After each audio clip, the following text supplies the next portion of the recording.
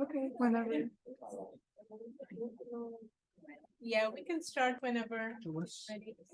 Oh, thank you, Alan. Sorry, that's my job. Yeah, it's all right. No, you've got far too many jobs. Sure, absolutely. Oh, sorry. No, it's fine. I just didn't. Yeah. So.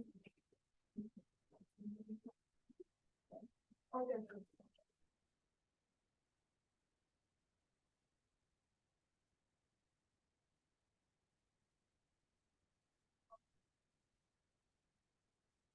Will you be speaking from the top or here?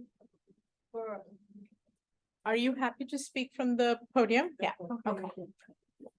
so it's already there. You're welcome.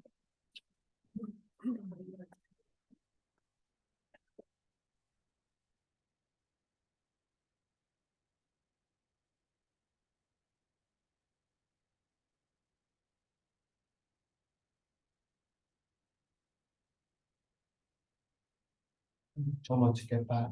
Maybe he's very scared today.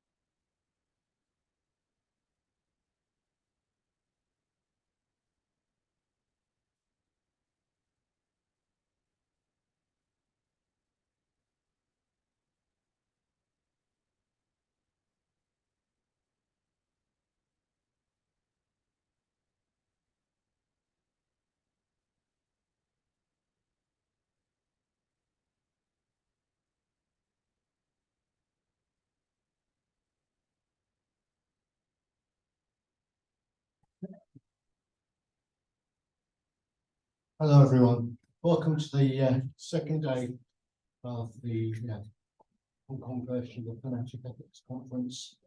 Death Matters, the Material and Sensory and Death and Migration. So we have two papers this morning. And I'll just introduce them just before each paper. So Thomas Lacroix is part of the main team that runs the project.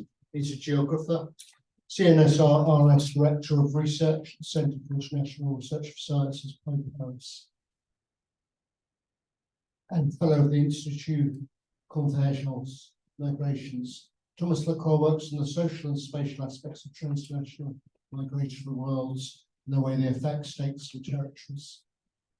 He's published many books, special issues of journals on a variety of subjects, and has published most recently with Bidisha and Judith a special issue on interventions entitled Thanatic Ethics, the Circulation of Bodies in Migratory Spaces. Paper today, that is changed the title. It's the sense of relatives, thanatic ethics, our representations of death and view perceptions of migratory spaces.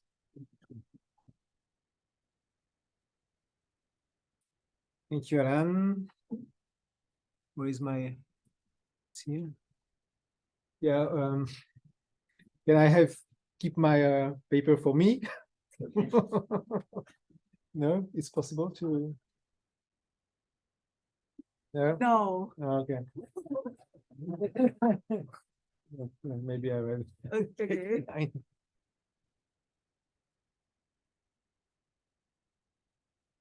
I don't want you to see my typos.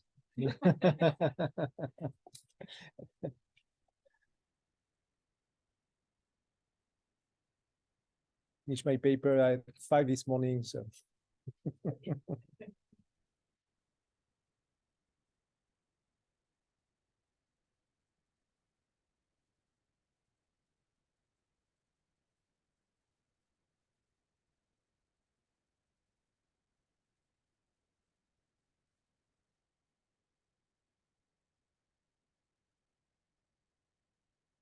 Okay. Right. Yeah.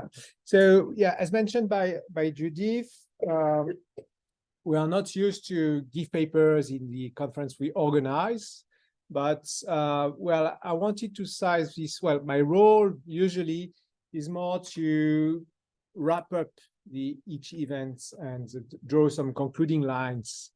And so my paper today is doing the same, but in the middle of the conference.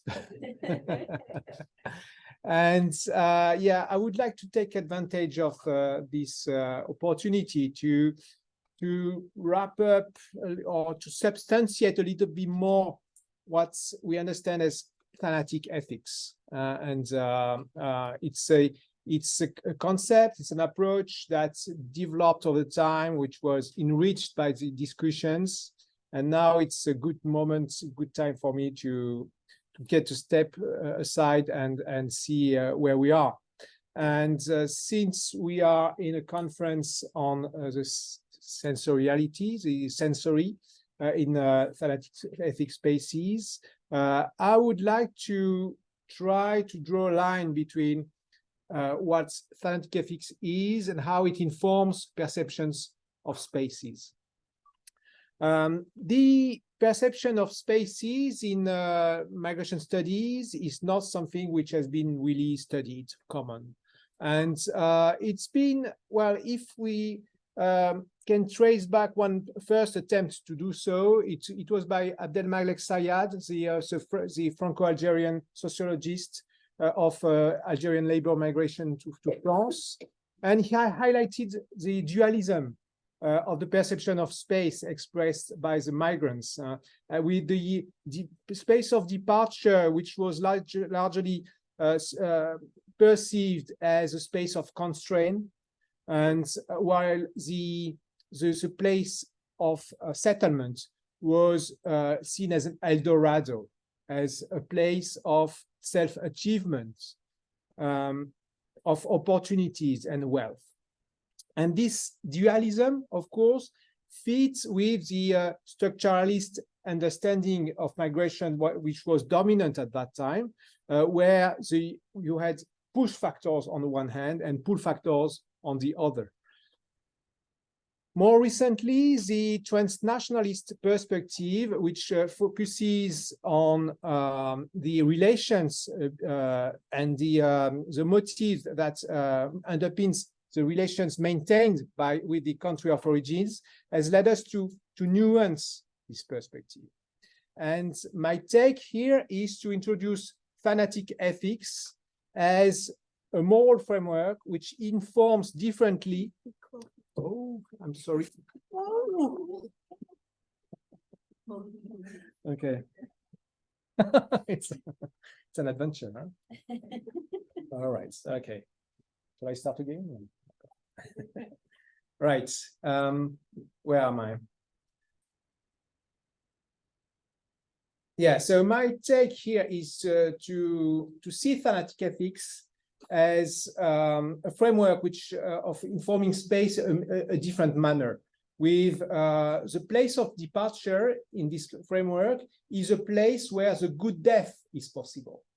So you immediately see that there is a kind of confrontation, a tension here between the space of departure, which is the place where the life is not possible anymore, but where the good death is possible. And on the other hand, you get the reverse situation for the place of arrival, where life is possible, but not death.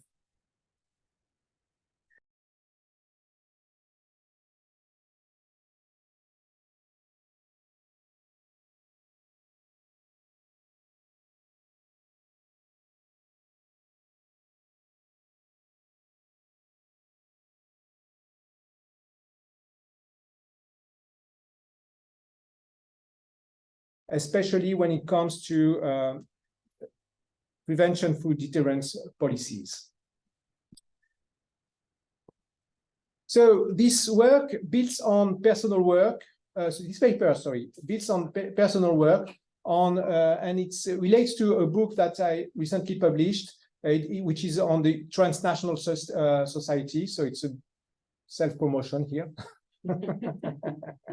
Upper grave. And it also built on the previous discussion and exchanges which took place within the Thanatic Ethics program. And so I would start with some definitions of what I see as Thanatic ethics, and then how this framework, these definitions applies to the case of death in migration. And I will finish with the role of and how it had been transformed recently by the surge of migration policies. Right, so definitions first. So in the everyday language, morality and ethics are nearly synonymous. They may be used interchangeably, And at the very beginning, you remember we had this discussion. Shall we use Thanatic morality, Thanatic ethics? And so there was a doubt about that. But still, I think that drawing a line between both and pinpointing the difference and the complementarity between the two terms would be helpful to disentangle what we understand as Thanatic ethics. So for me, morality is more the kind of the set of representation and principles that draw a line between the good and the evil, what is right and what is wrong. It's an intersubjective framework of values that give meaning to the world and ourselves in the world. Ethics, by contradistinction, is the code of conduct which derive from this moral principle. It refers to what shall be done and what shall not. Ethics defines appropriate behaviors. Ethics is a morality in practice. You know, a quick example that we all have in mind is when it comes to academic research, we apply the do not harm principle. Researchers must make sure that their research will not negatively affect the people that are investigated. And from there, you get a whole set of ethical guidelines, principles, among which the necessity to anonymize the interviewees in the interview transcripts. So that's a moral principle and translated into ethical guidelines, right? So morality and ethics regulates people's behavior, but also it regulates the relations between the people. And in particular, it underpins first social hierarchies. And in particular, there are different ways it underpins social hierarchies, but what is of interest here is how and who is in charge of defining this principle and implementing them. So as opposed to those who are not supposed to formulate these moral principles. It also informs the way we perceive things and spaces. Objects, including in our case bodies, are loaded with positive or negative moral values. And the same goes for spaces. And the set of values that we attribute to a place define what we call a moral geography of space.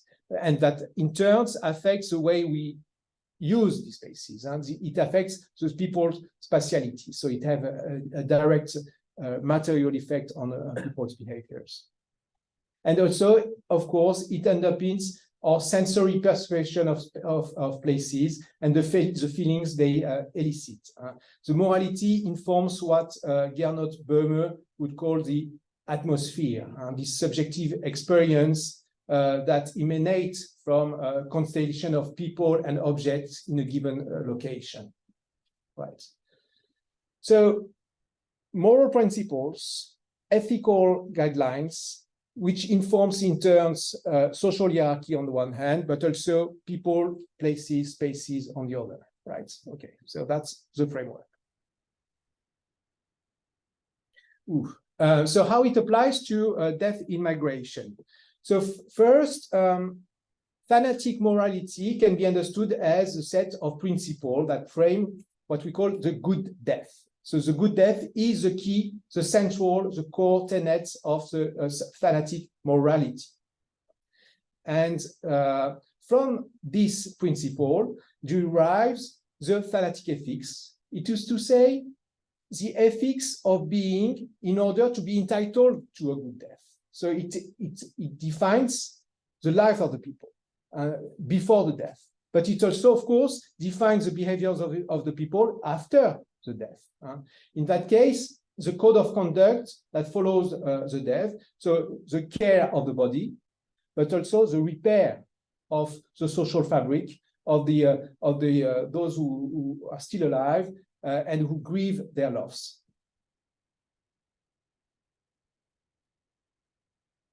The principle of a good death is associated, and its associated Thanatic ethics is situated. It's situated in time. Past dramatic events inform present experiences of death.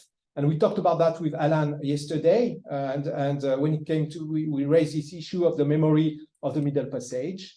But it's also situated in space. In particular, it underpins a moral geography in which the place of departure is the place where the adequate care of the body and the collective grief is possible.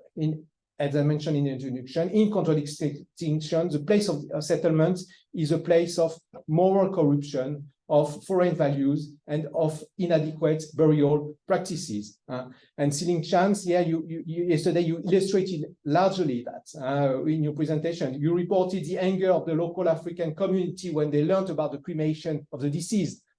In Africa, we do not cremate bodies. Right, and conversely, the drama, the excessive expression of the sadness in the public spaces is perceived as inappropriate in Hong Kong.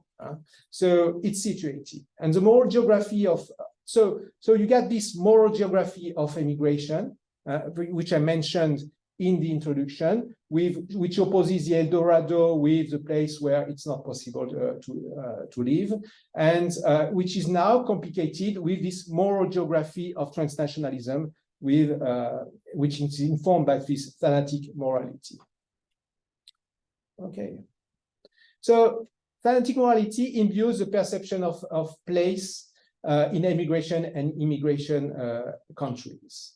But it also informs the perception of migration routes and this in-betweenness between home and abroad. Once again, another example we heard yesterday is the one presented by Carolina and Florence, how this plantation field of Okinawa are associated with the memory of forced labor of Korean immigrants. And in the past events also, we talked about a different plantation, which was a Rose Hall plantation in the British Guiana, which was a plantation where you had an uprising of indentured labor and the killing of 30 of them, and which is now a site for a memorial. You also, Carolina, you mentioned this person who perceived now the sea differently. You said he doesn't even know what color is the sea. But actually in India, they know it's black. The waters are black, and black waters, the Kala Pani, is a name given to this water that had to be crossed by the indentured Indians to reach these plantations either in Assam or in other far-flung islands. And so the idea of death is associated with the migration routes, right? It's true for these very deadly routes. It's also true for less deadly routes, more casual ones. During my personal research on Moroccan migration in the late 90s, I collected a lot of stories of the dangers which were associated with the crossing of Spain during the holiday period by the Moroccan migrants who were coming back to Morocco. And I heard a lot of stories about robbery, even murder. And so you had a lot of Moroccan migrants who tried to cross the country without stopping, and or who try to sleep in a parking spaces next to their or inside of their car. So it really this perception affects the behavior of people. Right. So last, something I mentioned also, it also informs social hierarchy. So this thanatocracy. The Thanatic ethics defines a caste of thanatocrats. The term itself was coined by Jean Ziegler, the Swiss anthropologist, who talk about the technicization of medicine and its embedding into a capitalist apparatus that has restricted the access to high standard treatment for the people, especially those requiring specific equipment and large equipment. So he shows how, in this context, health practitioners have become thanatocrats. It is to say people who are to decide who is to benefit from this treatment and who is not, who is to die and who is not. And from there, I understand thanatocrat as a class of people who are in a situation to define and change Thanatic practices, including those who benefit from them and who are not. And said differently, who is grievable and who is not. In transnational societies, thanatocrats are, for example, the leaders of the burial communities, religious, or they can be religious authorities. There also may be, I think, these body washers, which were evoked by Yumna yesterday. Yumna said that the people she met were not really selective. They agreed to, even if they deemed that some people were more deserving than others, they accepted to provide these rituals to everybody. But other thanatocrats may use their position to muster a political legitimacy and be much more selective. It was the case of a study on the Mourid authorities in Senegal. It's a case which has been studied by Félicien de Huche. And the necropolis of Touba, who is the capital, the center of the Mourid Muslim Brotherhood in Senegal. It's a holy city for them. And this necropolis is an important site for burial of the Mourid abroad. It is for them, par excellence, the place of a good death. And the investigation of Félicien showed that the Mourid authorities refuse the burial of the homosexuals in order to reassert their authorities in the domain of body repatriation. And he shows that how Thanatic morality, by extension, applies not only to those who passed away, but also it informs a way of living, a way of being. What we could call the being toward death of the people. So the security turn taken by migration policies, or what we call the migration necropolitics, has turned public authorities into thanatocrats. They draw a line between the deserving legal migrants and the illegal, undeserving migrants. This prevention through deterrence policies is a name given to this mode of migration governance for which migrant death is not a collateral damage, but it's a key part, a key element of a broader strategy meant to diminish immigration flows by increasing its psychological and physical costs. This policy was introduced in the United States in 1994 by the US Customs and Border Protection.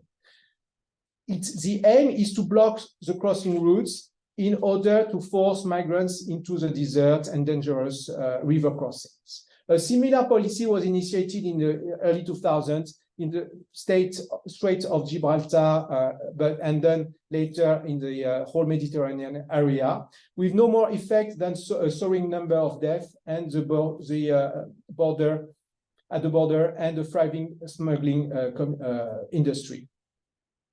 In parallel, public officials have developed a new moral narrative depicting immigration as mass invaders on the one hand, or as victims of smugglers to be protected on the other.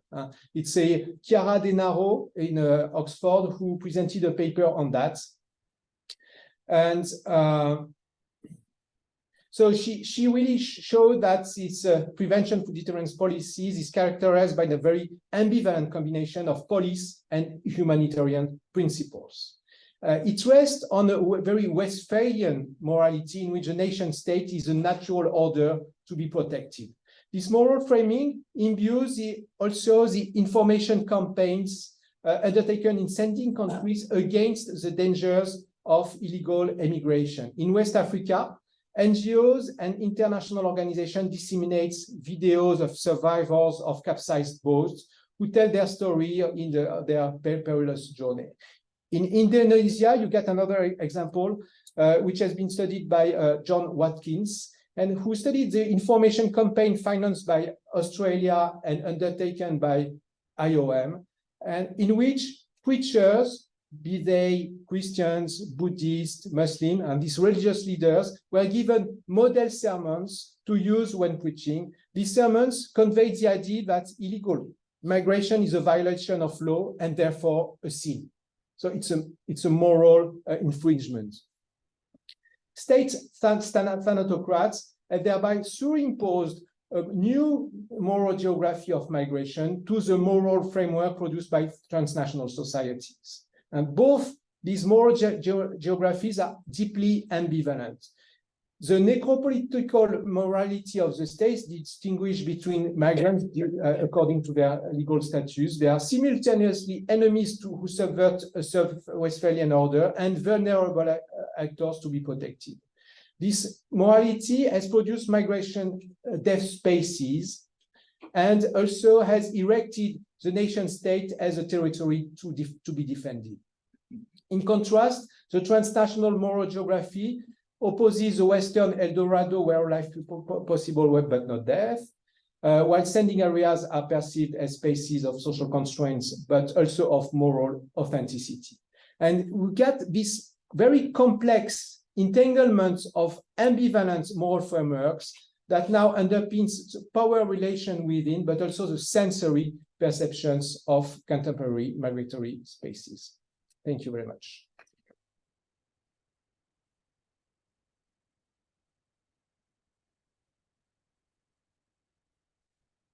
Yeah, thank you very much, Thomas. It's great. And kind of provide a kind of framework for a lot of what was being said yesterday. Yeah, if you like, social science framework. If you like, the softer studies. We call them softer. I'd like to move on to